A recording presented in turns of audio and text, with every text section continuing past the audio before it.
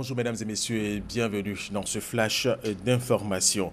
À l'issue d'une assemblée générale tenue vendredi dernier à l'université Félix Houphouët-Boigny de Cocody, la plateforme nationale des syndicats et des fonctionnaires a annoncé la suspension de son mot d'ordre de grève. Eh bien, le travail a repris et ce lundi 30 janvier sur l'ensemble du territoire ivoirien. Vous aurez les images à 13h.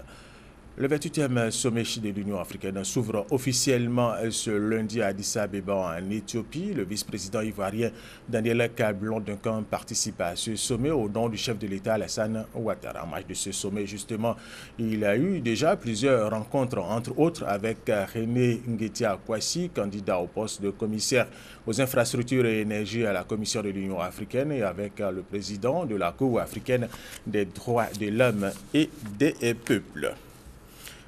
Nous revenons en Côte d'Ivoire. Le consortium ivoiro-italien CRS Synergy Holding a lancé samedi à Daoukro, capitale de la région de l'Ifou, un vaste projet énergétique de construction de 3 centrales de production d'énergie dans les localités de Daoukro, d'Assini et de Kotobi. Ce gigantesque projet coûtera un peu plus de 1000 milliards de francs CFA. Il a été lancé en présence du président Émir Konan Bédié.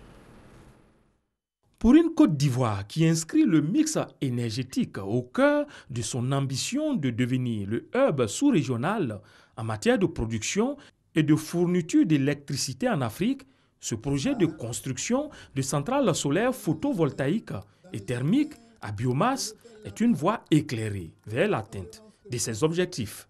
C'est la naissance d'une société de production d'énergie par énergie solaire. La journée, l'énergie solaire photovoltaïque et en soirée, la production alternée qui est la production thermique alimentée au biogaz, au biodiesel et à la biomasse. Localité choisie, Daoukro, Kotobi et Assini. Devant générer plus de 1000 emplois, le projet porte sur la production d'énergie renouvelable, notamment l'énergie thermique à biomasse de 350 MW et l'énergie éolienne ou photovoltaïque de 300 MW également. Plus de 1000 milliards d'investissements sont à mobiliser pour la réalisation et les bailleurs de fonds se disent prêts. Le projet a bénéficié de l'appui de plusieurs bailleurs de fonds.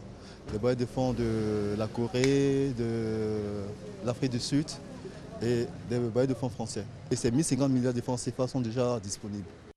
Le projet, dont les travaux s'étaleront de 6 à 36 mois, prévoit d'importantes autres infrastructures socio-économiques, culturelles ou d'éducation physique et sportive d'appoint, notamment des écoles, des centres de santé et 600 logements pour les employés.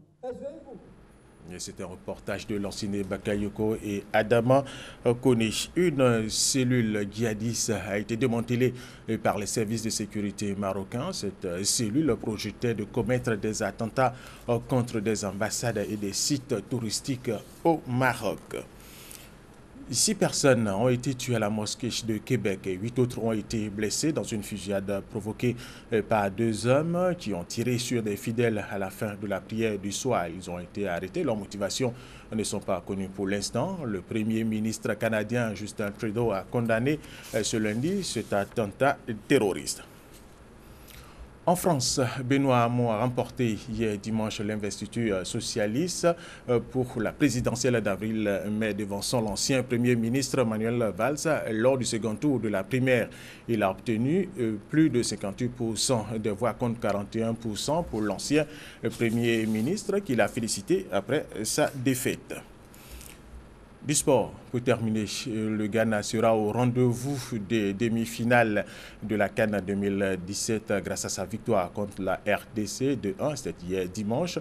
L'Égypte a battu le Maroc 1-0. Toutes les affiches des demi-finales sont connues désormais. On aura Burkina Faso et Égypte mercredi prochain à Libreville et Cameroun-Ghana jeudi à Franceville.